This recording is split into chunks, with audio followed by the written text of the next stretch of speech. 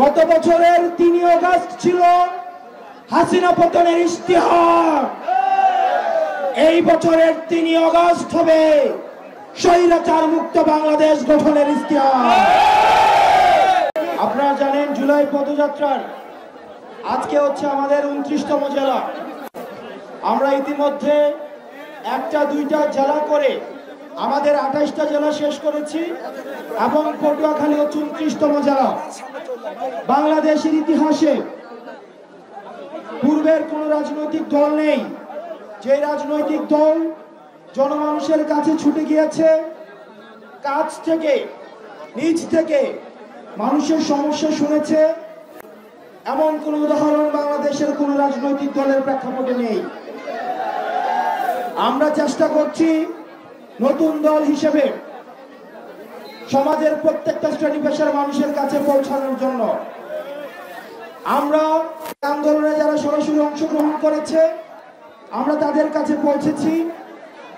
আমরা প্রত্যেকটা শ্রেণী পেশার মানুষের প্রশ্ন, তাদের জিজ্ঞাসা, তাদের চাওয়া, এই বিষয়গুলো আমরা আমলে নিচ্ছি এবং সে অনুযায়ী আমাদের রাজনৈতিক দলের ইশতেহার তৈরি হচ্ছে এবং সেই ইশতেহার আগামী ৩ আগস্ট যেই জায়গা থেকে হাসিনার পতনের জন্য এক দফা দেওয়া হয়েছিল, আগামী ৩ আগস্ট আমরা আবার শহীদ মিনারে একত্রিত হব।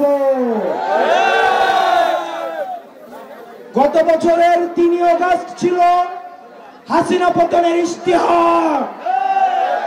এই বছরের ৩ আগস্ট হবে স্বৈরাচার মুক্ত বাংলাদেশ গঠনের ইশতেহার।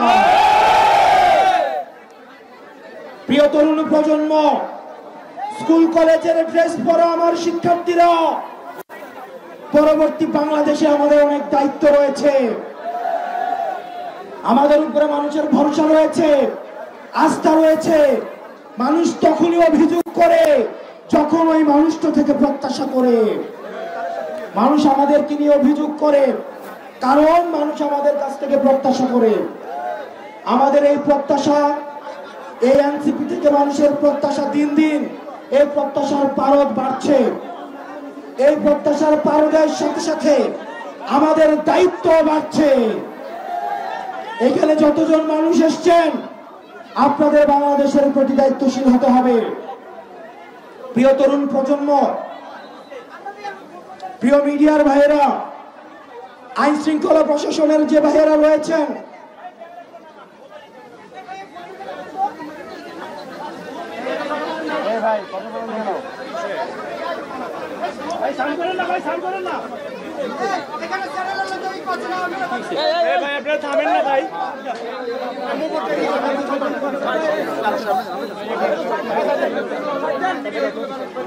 প্রিয় পটুয়াখালীবাসী, আমরা এনসিপির প্রতিনিধি হিসাবে আপনাদের সামনে আপনাদের সন্তানদের রেখে যাচ্ছি।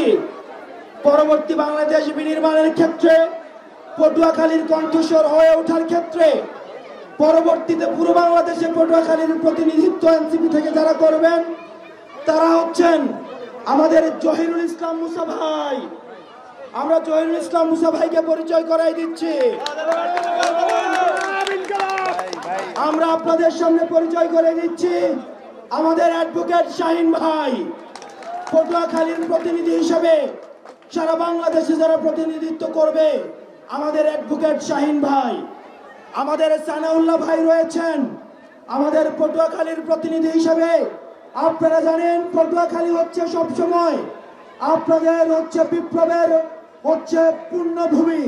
এই বিপ্লবের পূর্ণভূমি থেকে উঠে এসেছে আমাদের জোহান ভাই, আমাদের তামিম রয়েছে, আমাদের যুব শক্তির নেতৃবৃন্দ রয়েছে, বাকশালের নেতৃবৃন্দ রয়েছে, আপনাদের তামিম রয়েছে। আমরা আপনাদের কাছে তাদেরকে আমানত হিসাবে তুলে দিয়ে গেলাম।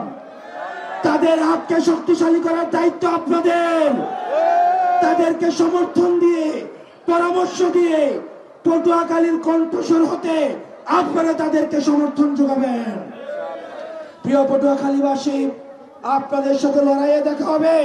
আমাদের পরবর্তী যুদ্ধটা আরো বেশি কঠিন। আমরা বলতে চাই, বাধা দিলে বাঁধবে লড়াই, এবং এই লড়াই আমাদের জিততে হবে।